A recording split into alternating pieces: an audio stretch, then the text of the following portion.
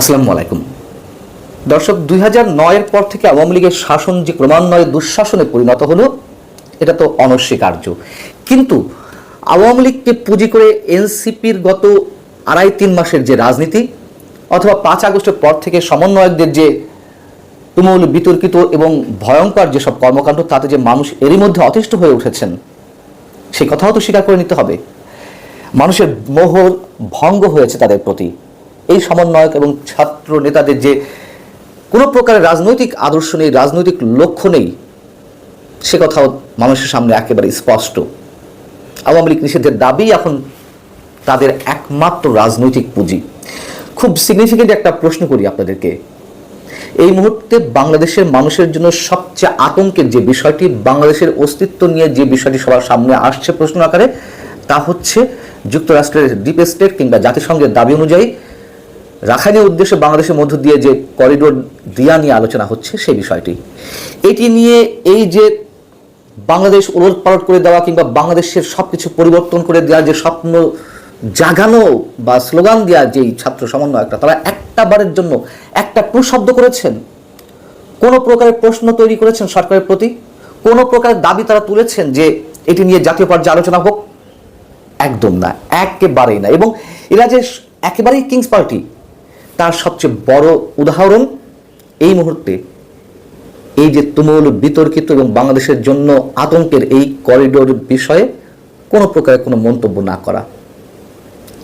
যেহেতু এই সরকার এবং কিংস পার্টি মিলেমিশে একাকার, সরকারের মুরব্বীরা এই ধরনের সিদ্ধান্ত নিয়েছে এবং আমি নিশ্চিত তাদের সঙ্গে আলোচনা করে নিয়েছে, এবং অথবা আমরা বলতে পারি যুক্তরাষ্ট্রের যে প্লট নির্মাণ করা হয়েছিল শেখ হাসিনা বিরোধী আন্দোলনে, শেখ হাসিনা পতনের আন্দোলনে, সেখানে এইসব প্ল্যানিংয়ের মধ্যে নিয়ে এসেই এই আন্দোলনগুলো তৈরি করা হয়েছিল। সাধারণ মানুষ এসব নিশ্চিত জানতো না, সাধারণ মানুষের অংশগ্রহণ ছিল ব্যাপক মাত্রায়, একথা আমরা মনে করিয়ে দিতে চাই। শেখ হাসিনার পতনটাও ছিল অনিবার্য, কিন্তু সাধারণ মানুষের সেন্টিমেন্ট নিয়ে তারা খেলেছে, তারা ম্যাটিকুলাস ডিজাইন নিয়ে এগিয়েছে, এ কথা বারবার আমাদেরকে বলতে হচ্ছে।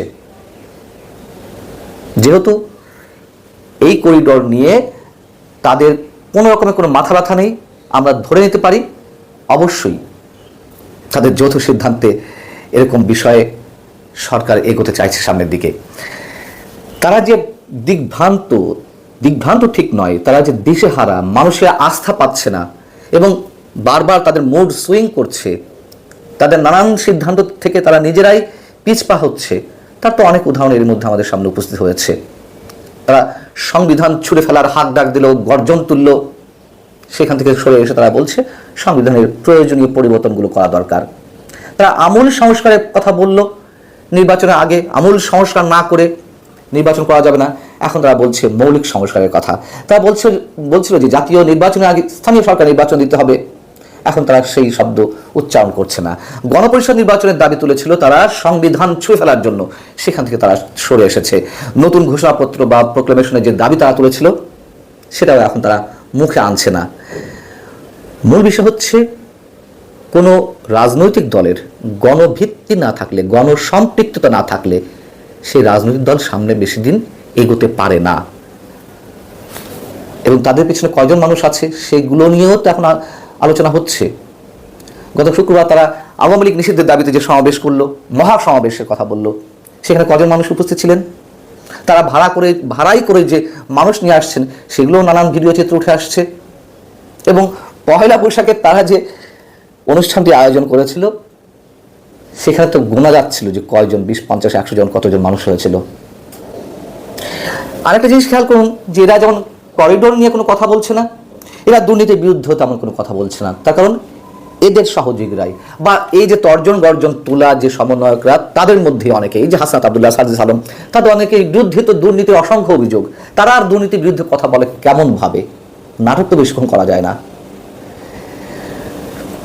নাহিদ ইসলাম শুক্রবারে আওয়ামী লীগ নিষিদ্ধের দাবিতে যে সমাবেশ অনুষ্ঠিত হয়েছিল, সেখানে ডক্টর ইউনূস সম্পর্কে হাসনাত আব্দুল্লাহ কি বলেছেন হেফাজতের সমাবেশে, আমি সে কথা বলছি। তার আগে নাহিদ ইসলাম কি বলেছেন সেটাও আপনারা জানেন, একটু মনে করিয়ে দিই।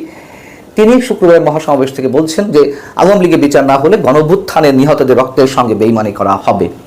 গণঅভ্যুত্থানে যারা নিহত হয়েছেন, আহত হয়েছেন, গণঅভ্যুত্থানে অংশগ্রহণ করা, আমি একটু আগে বলছিলাম সাধারণ মানুষের যে পার্টিসিপেশন, তাদের মূল উদ্দেশ্যটা কি ছিল?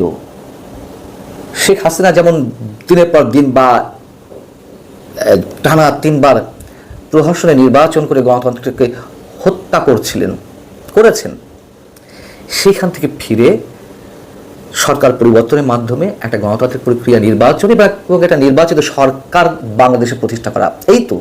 তারপরে তারা তো কত কি দাবি তুললো, কত সব বিষয় আমাদের সামনে তুলে ধরলো, এবং সেগুলোকে নিয়ে তারা রাজনীতি করবে, এটা প্রথম থেকেই আমরা বলে আসছিলাম, এবং সেটাই তো হচ্ছে। অতএব গণঅভ্যুত্থানের নিহতদের সঙ্গে কারা বেইমানি করছে? গণঅভ্যুত্থানের যারা রক্ত দিয়েছেন তাদের রক্তের উপর দাঁড়িয়ে কারা সেই গণঅভ্যুত্থানের সঙ্গে প্রতারণা করছে? তারা মানে মানুষ, সাধারণ মানুষ যে আশায়, যে লক্ষ্যে গণঅভ্যুত্থানে অংশগ্রহণ করেছিলেন, তাদেরকে ঠকিয়ে তাদের যে নির্বাচনের দাবি, আবার সুষ্ঠু একটা নির্বাচনের দাবি, সেই নির্বাচনকেই প্রলম্বিত করে তারা নিজেদের ক্ষমতা কুক্ষিগত করে রাখতে চায়। যেহেতু এই সরকারের একটি তারা পার্ট ক্ষমতার স্বাদ লাভ করছে, এগুলোও পুরনো কথা, এগুলো আমাদেরকে বারবার বলতে হচ্ছে, তার কারণ মানুষ অতিষ্ঠ হয়ে উঠেছে। তো একটা শেষ থাকা দরকার। এবং মানে নব্য ফ্যাসিজমের পরিচয় তো আমরা নানান দিক থেকে পাচ্ছি। সবচেয়ে বড় কথা হচ্ছে যে মব কালচার সৃষ্টি করা হয়েছে। একদিকে সরকারের পক্ষ থেকে আহ্বান জানানো হয়, বা সরকারের দায়িত্বশীল চেয়ারে বসে উপদেষ্টা বলেন, হুঙ্কার দেন, আর সহ্য করা হবে না মবের। কে শোনে কার কথা? চলছে, মহাসমারোহ হয়ে চলছে। এবার আমাদের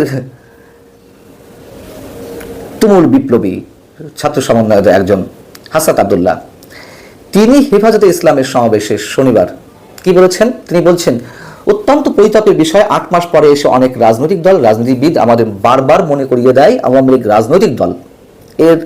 এই রাজনৈতিক দল নিয়ে সিদ্ধান্ত নেওয়ার এখতিয়ার নাকি তাদের নাই, মানে নিজেদের কথা বলছে। ডক্টর ইউনূস কয়েকদিন আগে বলেছেন আওয়ামী লীগ নির্বাচনে অংশ নেবে কিনা এই সিদ্ধান্ত আওয়ামী লীগের। ডক্টর ইউনূস ভুলে যাবেন না, আপনাকে আমরা ক্ষমতায় বসিয়েছি। হুঙ্কার ছাড়ছে ডক্টর মোহাম্মদ ইউনূসের প্রতি। এগুলো যে লোক দেখানো, সেটুকু আমরা বুঝি। অথবা তারা হয়তো সত্যি সত্যি ভুলে যাচ্ছেন, ডক্টর মোহাম্মদ ইউনূসকে হয়তো তারা ক্ষমতায় বসিয়েছেন ঠিকই, প্রধান উপদেষ্টা করেছেন, কিন্তু ডক্টর ইউনূস যে আন্তর্জাতিক মানে খেলোয়াড়, এটি তিনি নিজেই মন্তব্য করেন। এবং তার লিয়াজুটা কোথায় কি নানান ধরনের হিডেন এগ্রিমেন্ট থাকতে পারে, অনেকে সে কথাও তো উচ্চারণ করছেন। ক্ষমতায় বসিয়েছেন ঠিকই, কিন্তু ক্ষমতা থেকে নামাতে পারবেন কিনা সেটি তো একটি প্রশ্ন।